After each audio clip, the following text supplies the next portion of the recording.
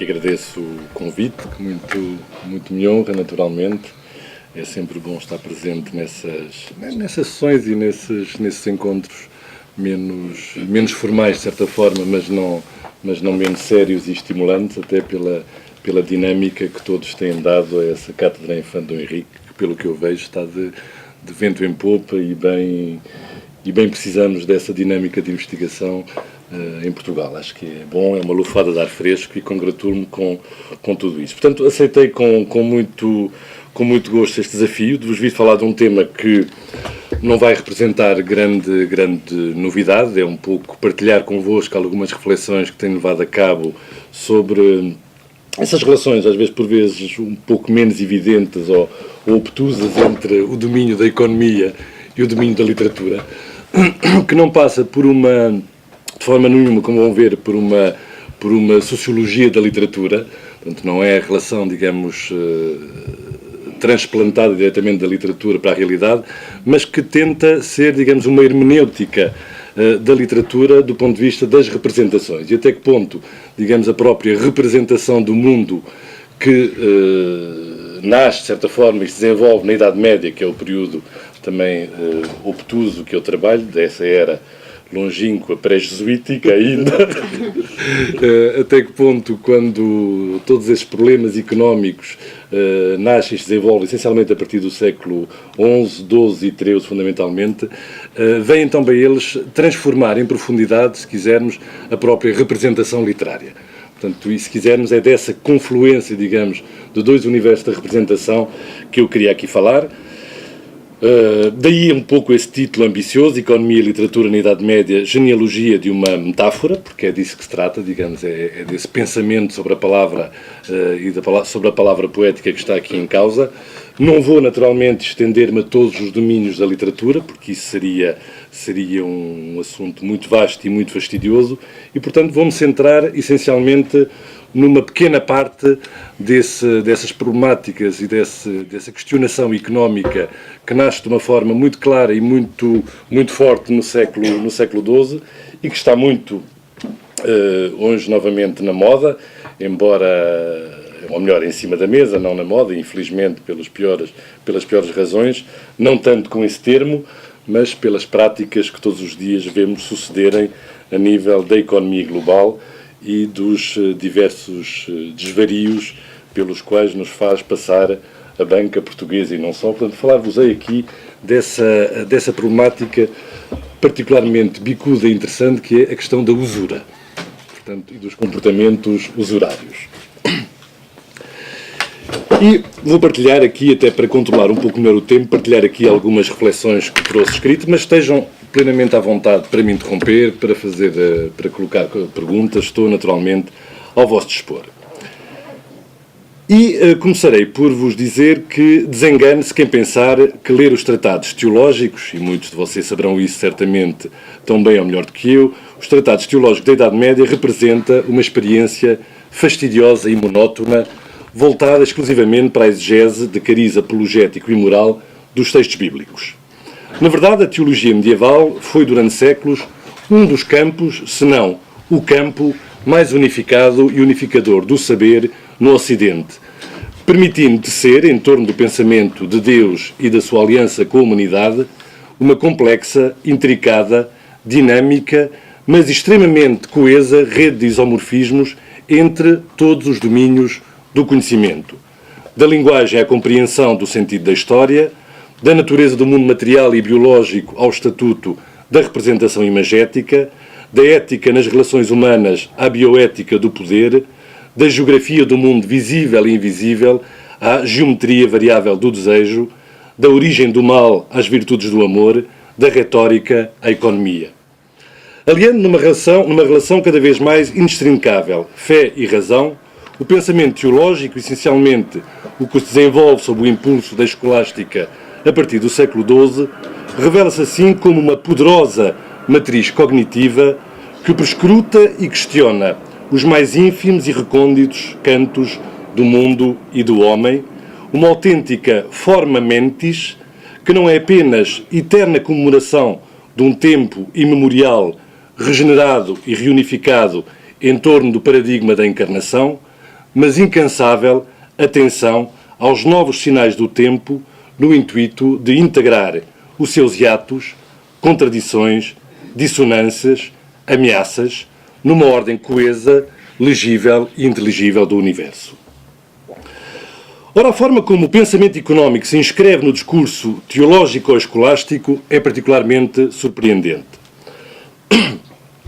Não somente pelo grau de complexidade que atinge, como pela variedade dos domínios que abrange, da economia doméstica à noção de justiça distributiva, passando pelo inovador conceito de preço justo, a concepção simultaneamente espiritual e antropológica da avareza e o olhar particularmente atual lançado sobre a usura enquanto verdadeiro espelho diabólico da criação.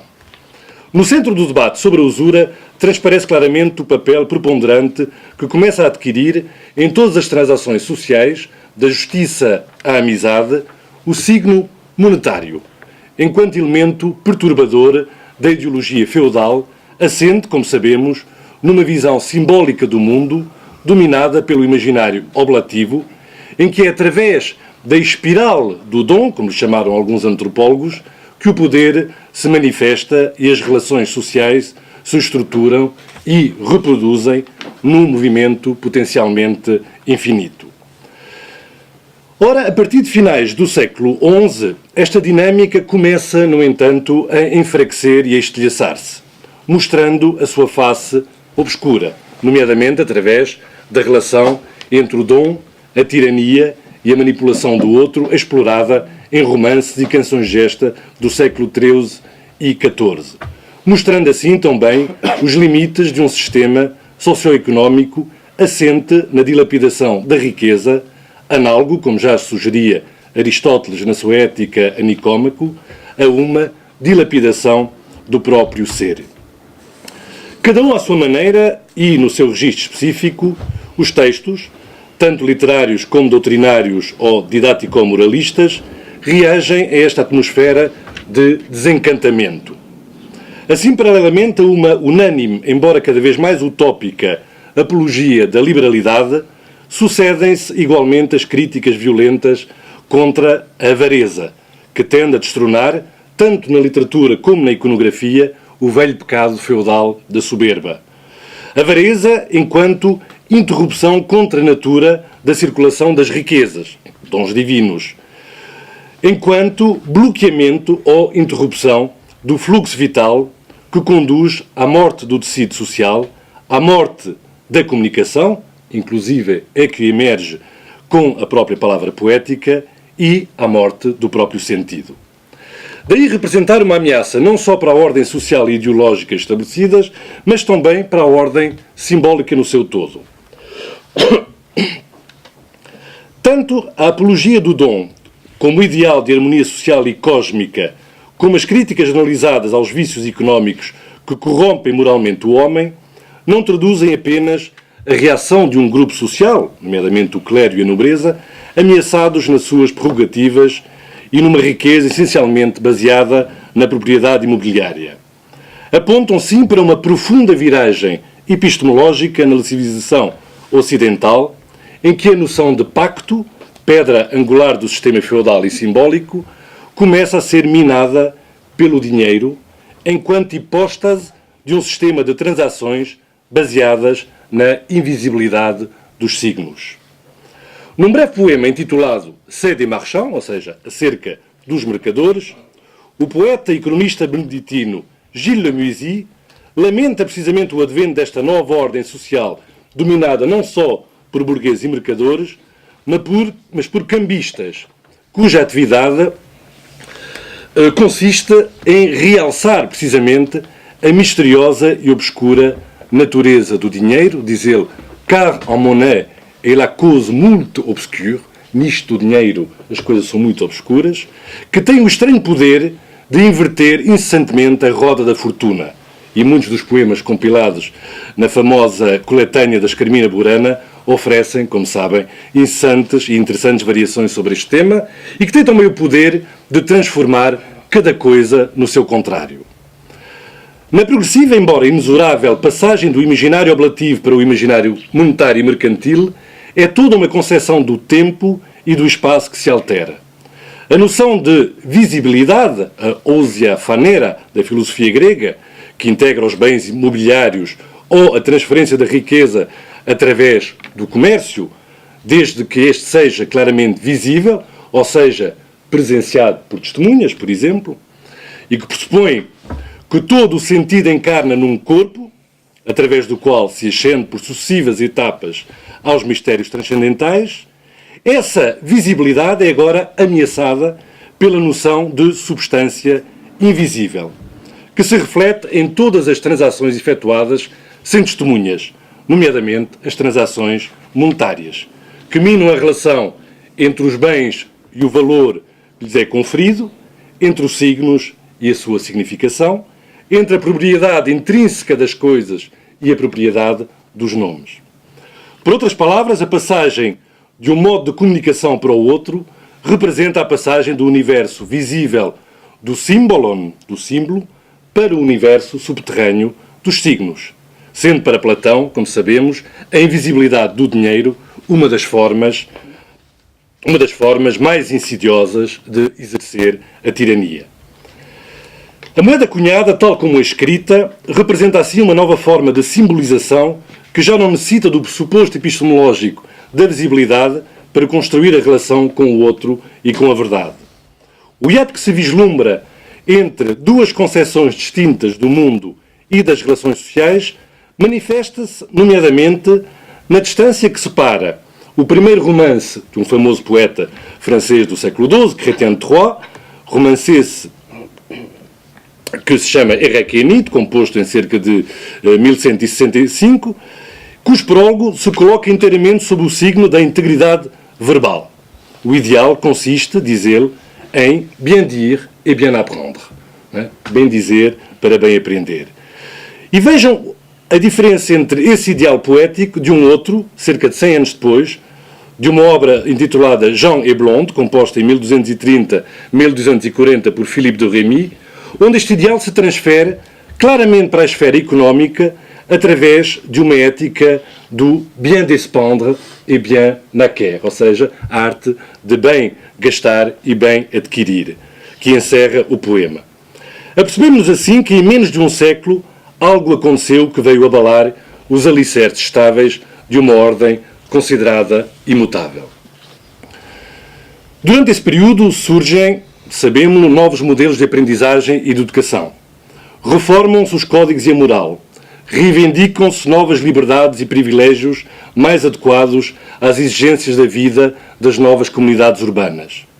É, como lhe chamara pertinentemente o historiador Jacques Le Goff, o tempo do mercador que suplanta, progressiva, mas inelutavelmente, o tempo da Igreja. O tempo medido e segmentado que tende a rivalizar com o tempo cíclico. O século XII é, aliás, o tempo do cálculo e da aritmética, cuja presença invade todos os domínios do cotidiano, preparando a emergência do pensamento científico. Calcula-se o valor das mercadorias, avaliam-se lucros e perdas, calculam-se benefícios, medem-se investimentos. Mede-se o tempo em função das distâncias percorridas, mas também o tempo do além, o tempo que se tem de passar no purgatório, esse terceiro lugar, como designará Lutero, para pagar ou apagar um pecado. Contabilizam-se as orações no rosário, como se contabilizam as missas necessárias para que o ente querido que faleceu possa alcançar as glórias do paraíso. Calcula-se o valor do trabalho, do artesão, dos objetos, o valor do próprio tempo necessário ao seu fabrico e ao seu transporte. Mede-se o volume das transações e os riscos que envolvem. Pesam-se as moedas de prato e de ouro, como se medem e pesam cada vez mais as próprias palavras. O imaginário deste século parece assim regido em todos os domínios do saber por uma singular e poderosa lógica da mediação, da qual participam tanto o nascimento da literatura profana em língua vernácula, o romance, como o crescimento da economia monetária. O signo monetário permitindo precisamente criar uma relação dialética com o objeto de desejo, na mesma altura em que também o romance, contemporâneo da filosofia de Abelardo, introduz, face ao paradigma épico da prefiguração e do reconhecimento, uma relação dialética entre o cavaleiro errante, os signos e os contextos narrativos. Dialética que rompe com a univocidade e a previsibilidade semânticas de uma significação transcendental exterior à própria obra. Como veremos a propósito da relação entre poesia e usura, a opacidade introduzida pela transação monetária e a extraordinária multiplicação do valor que acompanha certas operações financeiras vem a substituir uma relação de contiguidade quase metonímica entre as palavras e as coisas por uma construção metafórica da significação. Multiforme e omnipresente, particularmente insidiosa e mortífera, Jacques Le Goff aplicava à usura a imagem particularmente eloquente da hidra. Nos séculos XII e XIII, vem juntar-se à condenação veterotestamentária da usura a autoridade de Aristóteles, para quem a pior das atividades sociais reside no empréstimo usurário, na medida em que visa produzir, de forma contra a natura, riqueza a partir de um bem totalmente estéril, como é o caso do dinheiro. Ou seja, na medida em que reproduz o mesmo a partir do mesmo, negando e abolindo a diferença única suscetível de gerar a vida e o sentido. Desta tradição surge o famoso adágio medieval, numus non parit numos, o dinheiro não engendra o dinheiro, em que o dinheiro assume os contornos ameaçadores e monstruosos de uma criatura hermafrodita, que voltamos a encontrar com variantes pouco significativas em São Boaventura, Thomas de Cobham e muitos outros, Alberto Magno, Tomás de Aquino, Gilles de Lessines ou Nicola Oresma. Os concílios ecuménicos repetem sucessivamente as mesmas condenações contra este crime particularmente hediondo. O de Latrão, em 1139, decretando a privação da sepultura religiosa para os usurários que recusam restituir os bens. Às disposições canónicas juntam-se o direito civil e a doutrina produzida pela exegese bíblica. Colocada sob o duplo e paradoxal signo do excesso, aquilo que os teólogos chamavam a superabundância, e da esterilidade, tenebrosa e maléfica, a usura deixou de ser um simples crime. Filha da avareza, tornou-se num verdadeiro pecado que conduz, inevitavelmente, à morte. O imaginário desenvolvido em torno da usura, nomeadamente no vasto e extremamente rico corpus dos sermões e dos exempla, é por sua vez bastante eloquente. Para o pregador alemão Francisco Bertoldo de Ratisbona, por entre especuladores, falsários e ladrões, os usurários são comparados a assassinos que merecem ser exilados da ordem social e descrita e divina, sendo descritos como as mais detestáveis das criaturas, fazendo o dinheiro reproduzir-se dia e noite e vendendo, em suma, o próprio tempo. Mais do que ladrões ou usurpadores da propriedade alheia, que já em si seria um crime, o usurário emerge assim como o novo senhor do tempo, roubando demiurgicamente e contra todas as leis do universo este bem supremo à divindade, como exprime exemplarmente a Tabula Exemplorum, uma compilação latina de finais do século XIII, uma compilação de exempla destinados à pregação, que compara a fome desmedida do usurário à voracidade ilimitada do leão. Vendendo o dia e a noite, o usurário vende assim um dos bens divinos mais preciosos do homem, o tempo. E quebrando ou negando esta alternância antropológica e simbolicamente fundamental na qual assentam os ciclos da vida natural, só poderia estar condenado, naturalmente, a viver numa eterna tormenta e numas trevas sem fim. Depois de comparar o usurário a um leão, a Tábula compara-o de seguida a um boi, que nunca cessa de trabalhar, nem nos dias festivos consagrados a Deus. No sermão Ad Status, Jacques de Vitry invoca a imagem das aranhas, que, cito, expõem as suas vísceras para capturar as moscas e se imolam a si e a seus filhos perante os demónios, sacrificando-as no fogo da cupidez.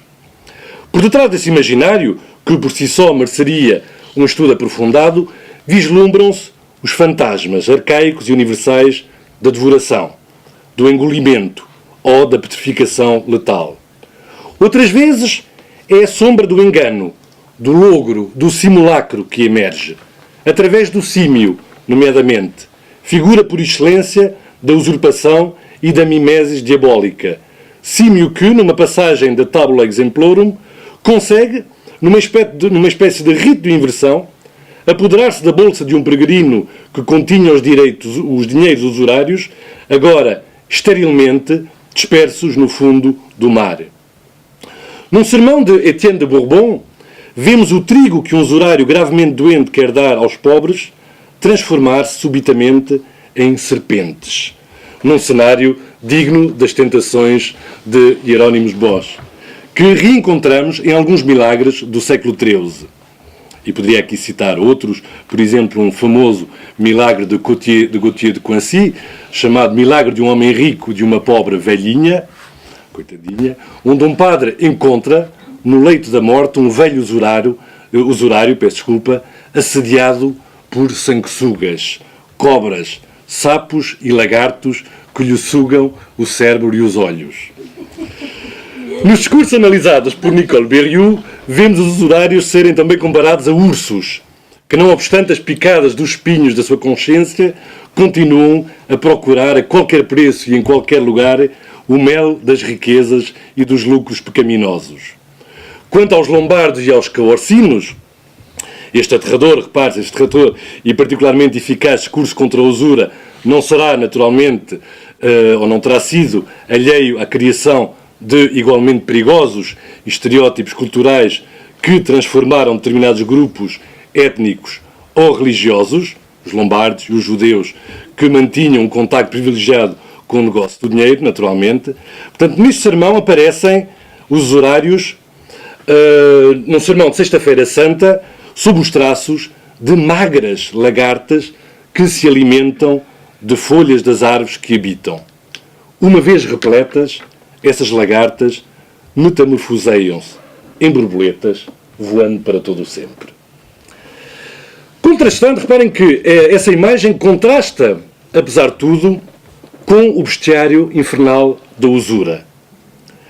E vem introduzir, através dessa lagarta que se transforma em borboleta, uma dinâmica vertical associada à metamorfose transcendente que começa já, apesar de tudo, a eufemizar a natureza ansiógena da usura como hipóstases da diferença e da alteridade, abrindo, assim, os caminhos da redenção a essa figura diabólica.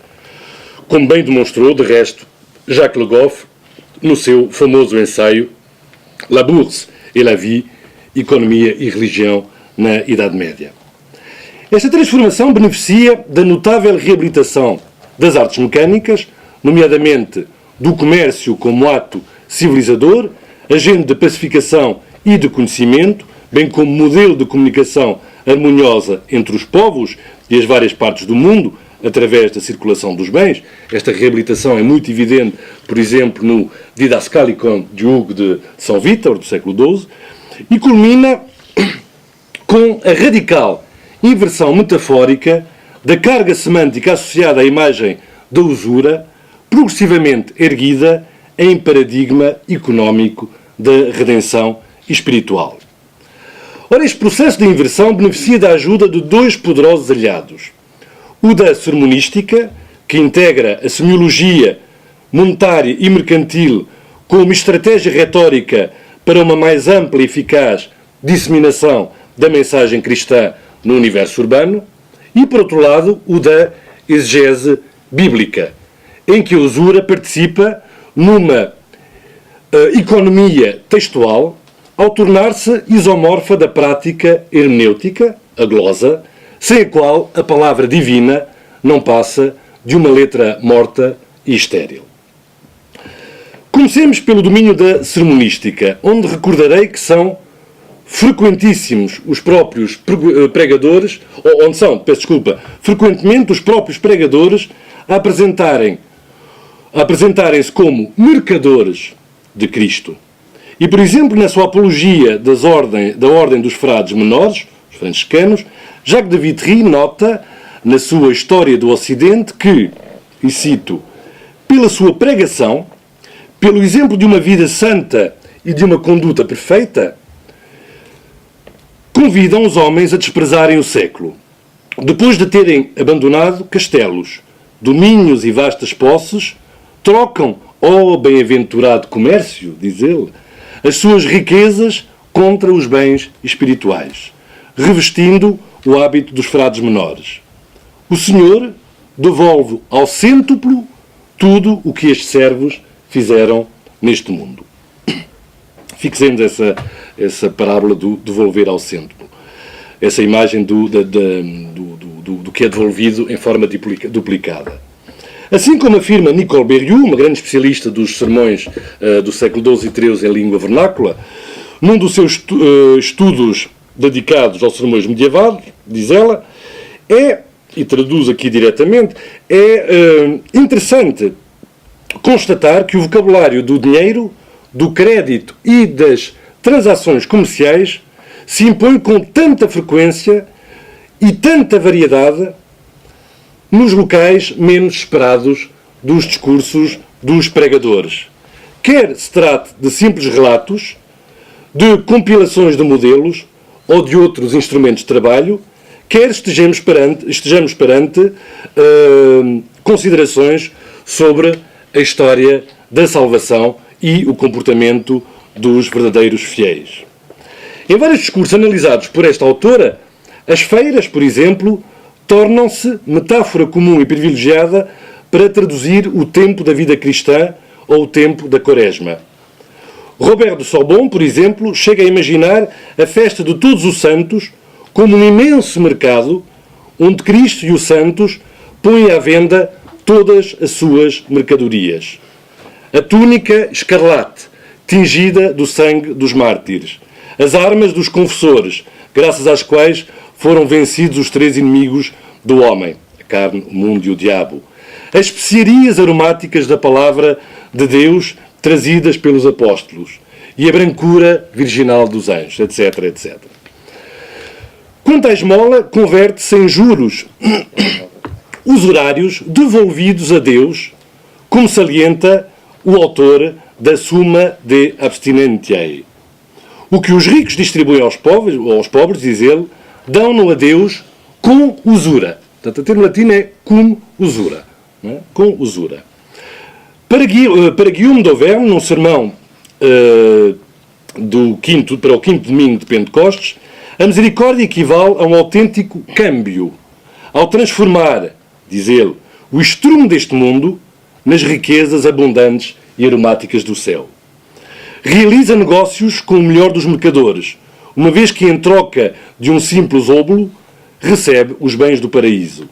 Melhor ainda, consegue obter lucros sem investir qualquer capital, sendo-lhe suficiente manifestar a intenção de praticar a esmola e mostrar compaixão para com a miséria dos pobres.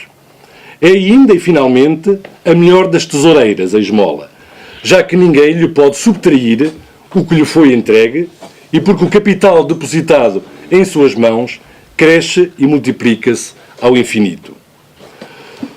No domínio da exegese, e esse aspecto parece-me ainda mais relevante, sobressai pela sua influência toda a tradição oriunda da glossa ordinária de Valfredo Estrabão, no século XI, que interpreta os 5 talentos da parábola, toda a gente conhece a parábola dos talentos, como uma manifestação dos 5 sentidos que intervêm na interpretação dos textos sagrados, sendo os mais importantes o intellectus, a consciência, e a operatio, o trabalho, o esforço, a eloquência, uma vez que permitem fecundar a letra das Escrituras, abrindo-as às bem-aventuranças da vida futura e às bem-aventuranças, naturalmente, de uma significação rica e plural.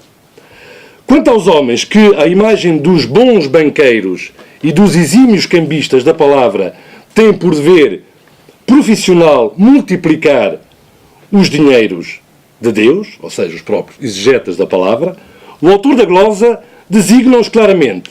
São os teólogos, apóstolos ou bispos, mas também todos os crentes que, ao porem os seus dons ao serviço do próximo, investem e fazem duplicar os dinheiros entregues por Deus.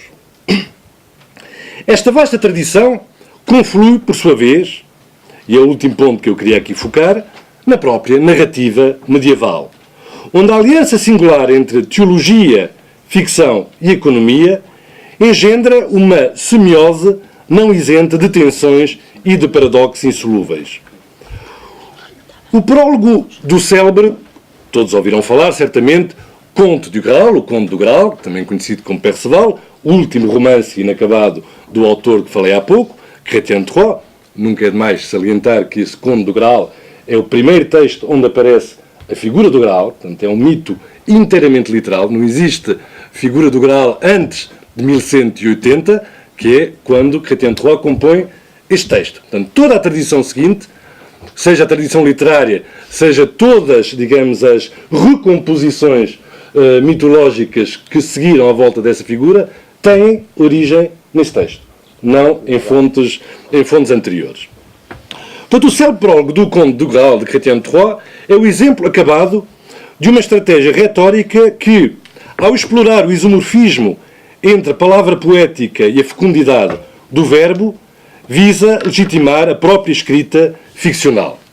Recordarei apenas os versos inaugurais desta interessantíssima obra. Diz ele: quem pouco semeia, pouco colhe. A tradução é minha, portanto não será longe disso perfeita. E quem quer bons frutos obter, tem de espalhar a sua semente em tal lugar que Deus lhe a devolva a dobrar. A rima é ocasional. Porque em terra que nada vale, a boa semente seca e definha. Chrétien semeia e faz sementeira de um romance que agora inicia e semeia-o no melhor lugar que existe, dedicando-o ao mais nobre dos homens, que alguma vez viveu no Império de Roma. E o mais nobre dos homens é designado, é o comendatário da obra, o destinatário privilegiado da obra, é o Conde Filipe de Flandres. A parábola do semeador, que reconhecemos aqui sem qualquer problema, apresenta um sentido espiritual análogo ao da parábola dos talentos, constituindo aquilo que a retórica medieval designava como o ornatus, privilegiado para Chrétien de Troyes elaborar uma teia extremamente complexa de correspondências através das quais se tecem os contornos indefinidos deste paradoxal romance. O objetivo deste incipit consiste em fazer o panegírico do comendatário, claro está, e destinatário da obra. Estabelece assim uma primeira associação entre a ideia de semente, 6 ocorrências no prólogo, que cai em solo fértil, e a palavra poética, que encontrará no príncipe o terreno propício para germinar e multiplicar-se. Todavia, a homonímia conte, e reparem que em francês antigo, em que a grafia não é fixada, as palavras são não somente homónimas, conte, como muitas vezes homógrafas, não é? Onde é que eu vi? Todavia, a homonímia conte, portanto um com N, outro com M, permite igualmente assimilar este solo fértil ao próprio poeta, cuja missão consiste, diz ele no final do prólogo, em se délivrer do conto, a fonte primeira deste texto, que o próprio conde lhe terá entregue. Enigmático esse se délivrer. Portanto, se délivrer, o que é que significa? Em francês antigo é bastante polissémico, porque pode significar o conde que Chrétien de Troyes fez e que volta, efetivamente, a entregar ao conde, peço desculpa, mas também pode significar-se libertar-se de uma fonte primeira, ou de um modelo primeiro, que aparece como um modelo aprisionador, que ele recebe da tradição, mas que atualiza transforma, metamorfoseia, precisamente através da glosa poética que ele vai praticar. Por intermédio da palavra evangélica, vislumbra-se então uma terceira rede de isotopias, em que a imagem da semente remete simultaneamente para a capacidade de entendimento do conde e para a natureza transformacional ou germinal da poesia como reescrita, ligando-se imediatamente a seguir à noção de caritas, 6 ocorrências também no prólogo, que se espelha exemplarmente na liberalidade de contornos míticos de Philippe de Flandre.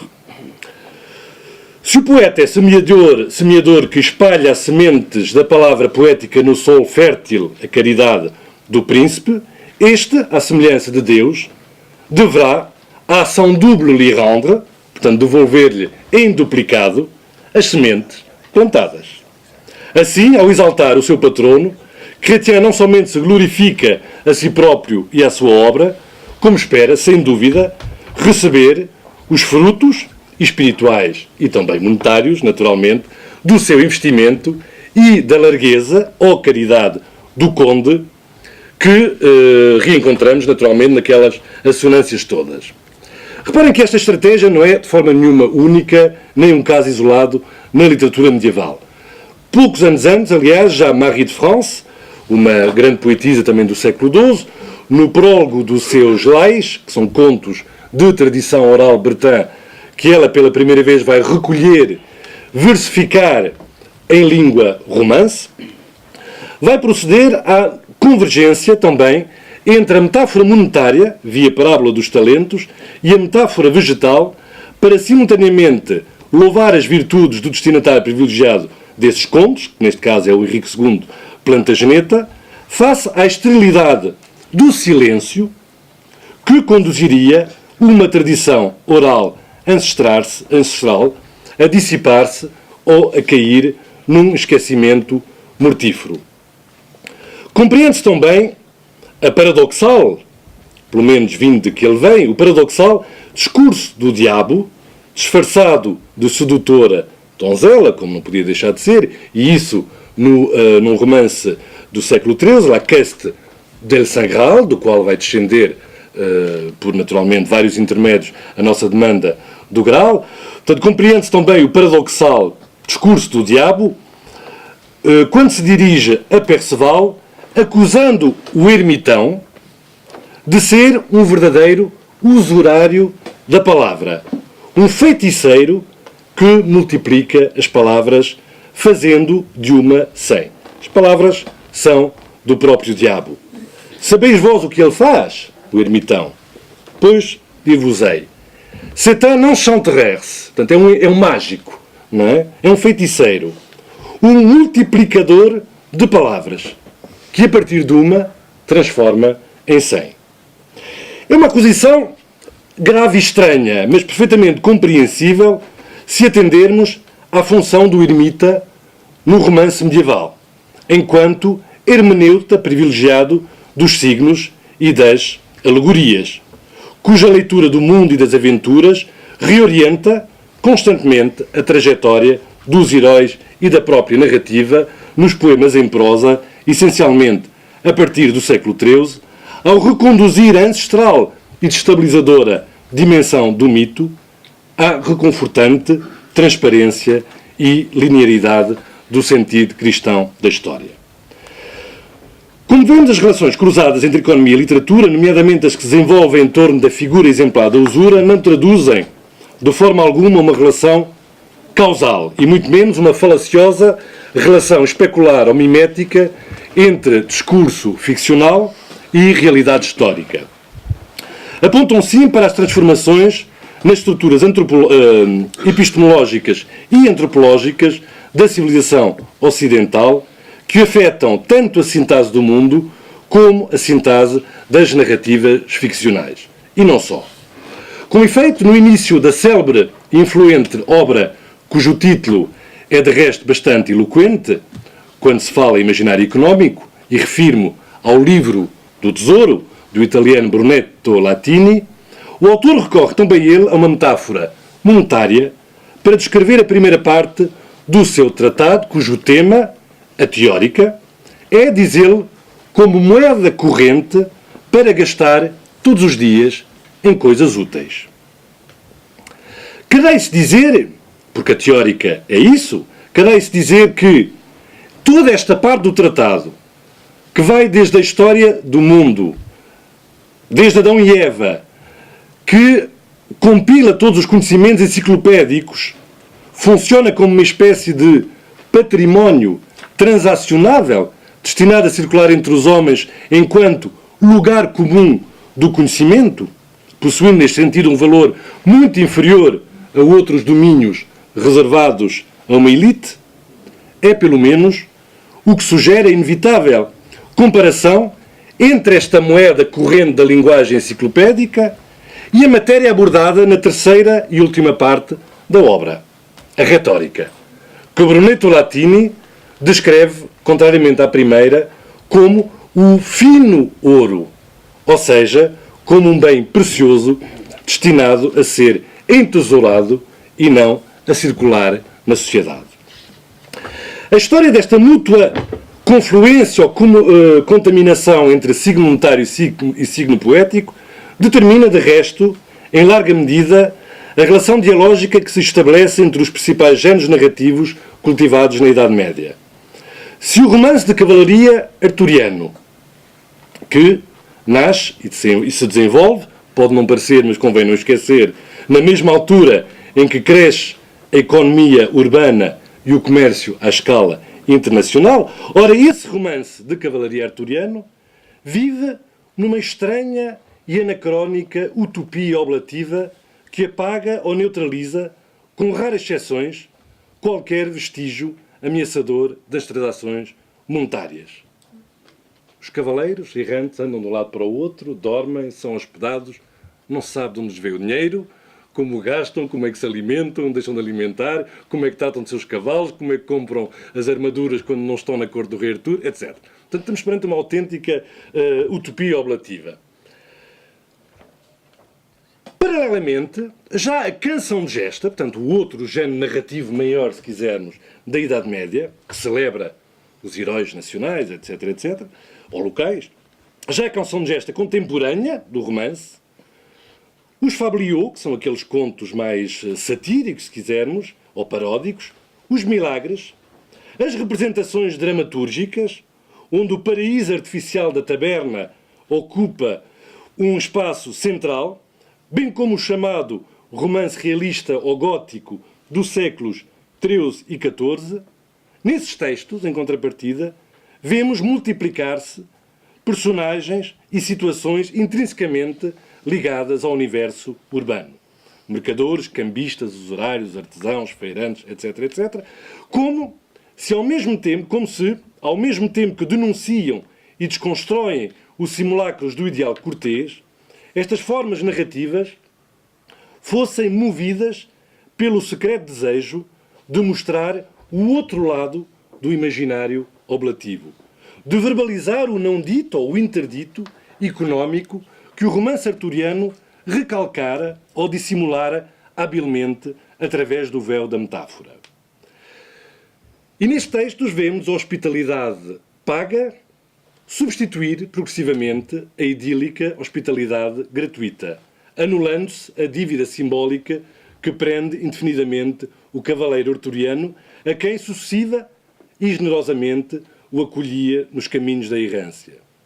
O dinheiro adquire um estatuto simbólico e narrativo cada vez mais pregnante, tornando-se, tanto nos romances de Jean Renard ou numa canção de gesta como Aïol, entre muitos outros exemplos possíveis, um fator que condiciona, de cada vez mais e de forma decisiva, o percurso identitário do herói e a própria progressão da aventura. As relações de isomorfismo que se vão tecendo entre a arte de gerir os bens monetários e a construção do conto como jogo dos possíveis, entre transações económicas e transações discursivas e simbólicas, revela quão ténue é a fronteira que reúne e separa o cômputo do conto, a economia monetária da aritmética do contar. Uma fronteira que vários textos, a partir do século XIII, essencialmente, vão incessantemente transgredir e explorar, reinventando novas formas poéticas e novas combinatórias narrativas. No prólogo da breve, embora extremamente densa, narrativa intitulada Le Lait de l'Ombre, o conto da sombra, Jean Renard afirmava, em tom provocatório, que mais vale ter nascido sobre uma boa estrela e ter sorte na vida do que ter amigos. Prefigurando o famoso coup de dés de Mallarmé, este conto resulta, aliás, de um sutil e constante jogo entre o acaso e o calculismo, a providência e a manipulação, a ilusão narrativa e a força criadora da imagem, através desse outro do desejo, que no fim do conto se vê refletido nas águas turvas de um poço, a quem no final da história, e em aparente desespero da causa, o amante entrega o anel para selar um amor impossível. É uma história muito interessante. Leiam se tiverem oportunidade. É uma história que parodia, de uma ponta à outra, os códigos da cortesia. Então um cavaleiro tenta seduzir à força toda uma dama de quem tinha ouvido gabar as belezas, como sempre, não é? Portanto, há sempre uma... É interessante ver como a Idade Média era nisso muito... Como é que eu ia dizer? Muito intuitiva, na medida em que tinham uma intuição muito certeira de que o próprio amor, de certa forma, não é essa fatalidade, esse encontro, é uma construção imagética e narrativa. Não é? E muitas vezes o amor constrói-se de uma narrativa que é tecida e que chega sucessivamente, por vários intermediários, aos ouvidos do cavaleiro, que se enamora por ter ouvido falar dessa donzela. Neste conto é tão evidente que ele, quando vai ter ao castelo onde mora essa enigmática dama, anónima, do princípio ao fim, tal como o cavaleiro se mantém anónimo, quando está prestes a estar com ela, portanto está a 2 passos, subir a escada, o cavaleiro ainda pede ao porteiro: conta-me uma última vez, fala-me uma última vez das belezas da dama. Portanto, uma última vez, ainda antes de encontrar face a face, quer que esse encontro, digamos, seja mediado por essa narrativa. A dama vai recusar sistematicamente todos os seus avanços. Sistematicamente. Ele que tenta fazer-se passar por um Lancelot, por um Tristão, e por aí fora, um discurso retórico extremamente elaborado, nada, não pega. Então, eis que ele, subitamente, numa altura, vê a dama distraída e não vai de modas. Pega na mão dele e enfia à força o anel no dedo. A dama não se apercebe nada até chegar a casa. Chega a casa e percebe-se que foi completamente enganada e fica furiosa. Diz: é assim? Mas isso também não vai convencer. Portanto, marquemos um encontro junto a um poço, num lugar absolutamente idílico, naturalmente, e eu vou-te devolver o anel. O cavaleiro disse: sim, senhor. Ficam assim combinados, lá se encontram junto ao poço, ela devolve o anel ao cavaleiro, e eis que o cavaleiro, quando recebe o anel, vê a imagem da dama refletida nas águas no fundo do poço. E então entrega o anel à imagem refletida no poço, que a recebe e acolhe o anel e o seu amor. E a dama fica seduzida, não tanto pelo amor do outro, não é? Pelas suas estratégias retóricas, cortês, discursivas, mas pelo seu engenho final, através do qual ele entrega o anel à imagem em vez de entregar à própria dama. Portanto, é de uma subtileza bastante interessante. E é precisamente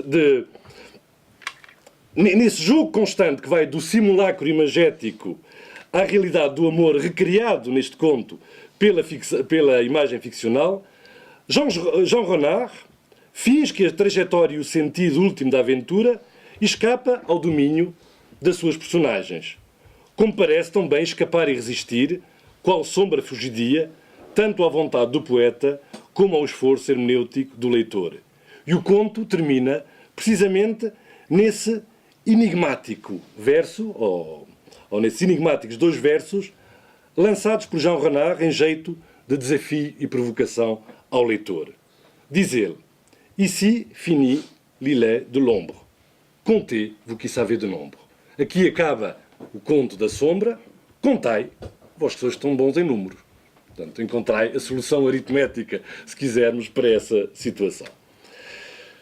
Trata-se, em suma, de decifrar o número secreto do conto. E haverá, porventura, ambição mais descabida, vasta e inesgotável nas suas potencialidades de exploração? E terminarei assim. De facto, como vemos, as hipóteses que acabei de levantar constituem naturalmente apenas uma ínfima parte de um imenso campo que se abre, como vem, à investigação interdisciplinar. Como e quando se cristalizam na língua certas formas proverbiais ou lexicais enraizadas em metáforas monetárias e quais as suas implicações culturais? Seria um tema interessante para abordar na perspectiva da etnoliteratura ou da etnolinguística. Em Chrétien de Troyes, no Conde do Graal, que eu conheça, é a primeira vez que eu vejo despontar a metáfora que associa o tempo ao dinheiro. E verbalizada dessa forma. E haveria muitos outros casos a seguir e a estudar e a aprofundar. Que tipo de transações económicas emergem ou sobressaem na literatura em cada período histórico? De que forma as diversas modalidades assumidas pelo imaginário oblativo convergem ou colidem nessas representações literárias com o imaginário monetário? Quais as suas repercussões sobre uma determinada visão do mundo e das relações com o outro, inclusive com o outro mundo do sagrado? Terá o predomínio de certo tipo de transações resultantes de uma constante tensão entre o simbólico e o semiótico o poder de influenciar o modus dicendi poético ou os contornos de uma forma textual ou até de um género literário? Um estudo comparativo sistemático entre textos literários e contos de tradição oral permitiria igualmente descobrir, por detrás dos motivos ou esquemas narrativos historicamente enraizados, a pregnância de formas e de modelos míticos e a importância fulcral que neles desempenha o tema complexo e proteiforme da riqueza e da sua circulação. A análise das variantes, possibilitando, por sua vez, questionar o papel da escrita e as suas implicações no processo de transformação de temas, motivos, modelos narrativos e dinâmicas das relações sociais face às suas representações em sociedades ou microsociedades onde a transmissão oral ainda assume um papel relevante. Como vemos, as complexas ligações entre economia e literatura abrem um horizonte particularmente vasto, promissor e fértil para, acho eu, futuros projetos de investigação envolvendo as várias áreas das ciências sociais e humanas. Muito obrigado e peço desculpa por vos ter amassado tanto tempo.